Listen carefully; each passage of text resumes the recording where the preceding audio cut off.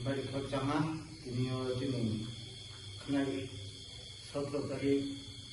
titi edisi ini berjalan kenal itu sendiri jalan oke lain ya bukan tu jenis jadi kongres jadi ini press meet bahwa press meet itu tunai tak perlu angkok terjauh mungkin sini mungkin lagi naik yang bukan sama tu tunai oke dan terjauh ke yang konstitusi ini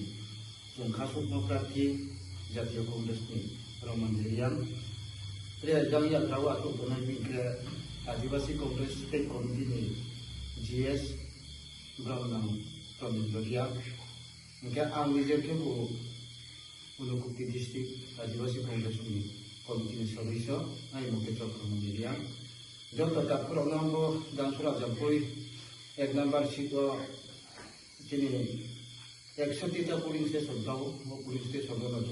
kuna kondo politik paling puluh dia full dia निर्वाचन ना, ada minggu निर्वाचन full kita menurut dia na, jauh tak ada orang siapa kapsa mulia payu, kongres ni pokoknya,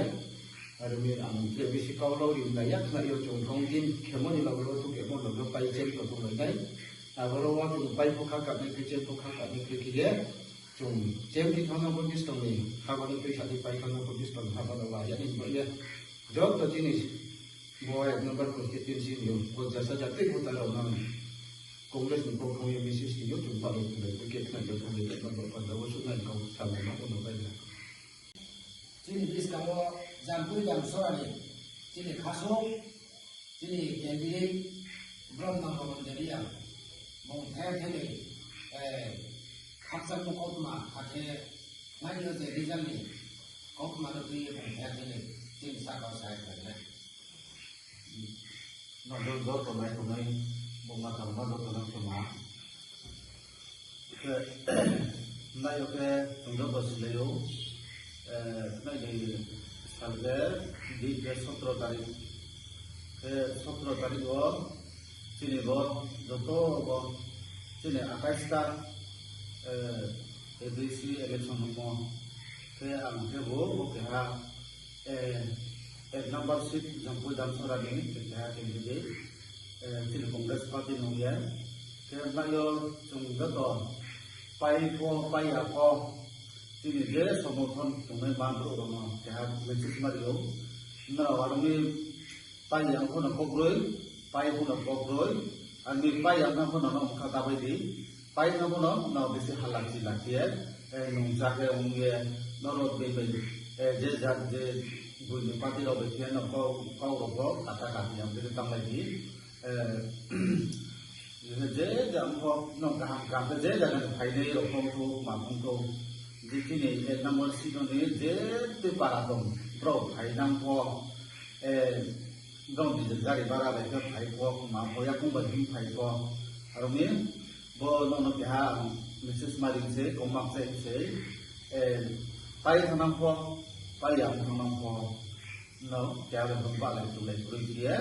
jan no jan na ka he jan no thong iman dia ang kaya no Mrs. Marin se angin ko bo ang Mrs. Mono no do to na ye no mo de amo ye no kaya amo ma sa jang se angin apre ko sang ko thaya ko si thama ta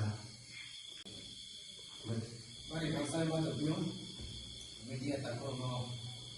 ada saya maksud saya tadi sini jampui kansora number konstitusi sini juga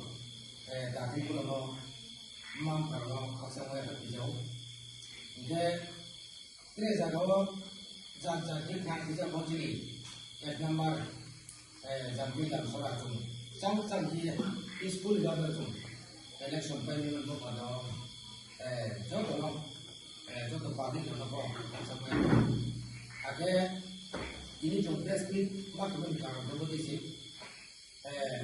nayo sini result naik jodoh result jodoh je pai ko jen ko jum election di semua je jam dia jum lima ini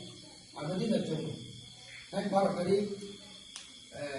result, esok tadi result, ada pun macam bài trên cũng này tao là tao này cũng có bạn giá là bài này trên thấy những bài của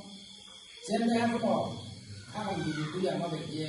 bài này không có giờ mới khác bạn sai mà kia chung rất là mang sang cái này cái chung trong này mấy mà nó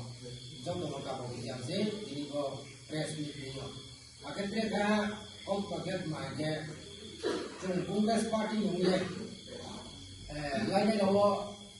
जे ठीक जगह पे रहिए पाक जगह हो जों प्रिपरेशन तुम जगह हो दिनियो जों bang mati ye grup ye bang ma bu ba ye जों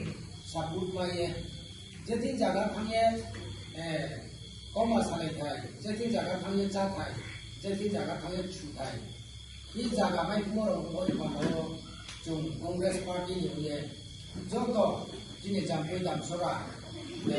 asli dia to marawa jungkere bija ko jumo welcome kam dia jumo respond di somo bai jung ko election chungao kam ke bere ye jo to public bai ko mala masale ye ma blue ma halam ma chakma jo to jati se jumo bai la sabye kam ke respond ke somo to mano bet ta je jung Congress Party ये जो आप हम समय पर बिजारो